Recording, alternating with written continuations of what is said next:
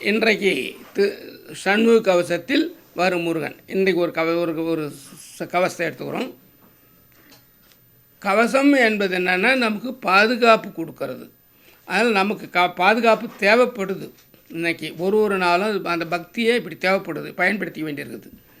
நமைப்புரு கிரந்தி வீக்கம் நணுகிடு பாண்டு சோபம் அமர்த்திடு கருமை வெண்மை ஆகுபல் தொழுநோய் கக்கல் இமைக்கு முன் உருவலிப்போடு எழுப்புடை பகந்தராதி இமைப்பொழுதேனும் என்னை எய்தாமல் அருள்வேல் காக்க அப்படின்னு கொடுக்குறாரு.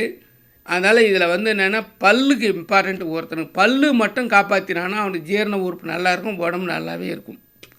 அதனால் இதில் மெயினாக ரெண்டாவது வரியில் வருது நினைக்கிறேன். நமைப்புரு கிரந்தி வீக்கம் நணுகிடு பாண்டு சோபம் அமர்த்திடு கருமை வெண்மை ஆகுபல் தொழுநோய் கக்கல். அந்த பல்லு தான் மெயினாக எழுதுறாரு.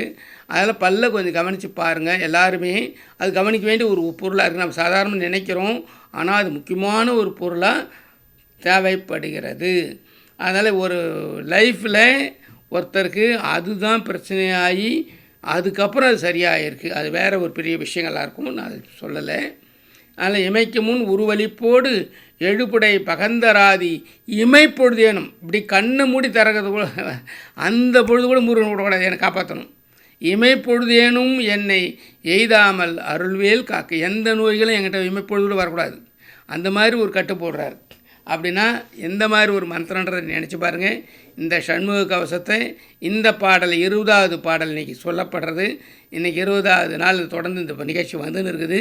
இதை நீங்கள் இன்றைக்கி கேட்டு எல்லோரும் வெற்றி பெறுங்கள். வாழ்த்துக்கள்.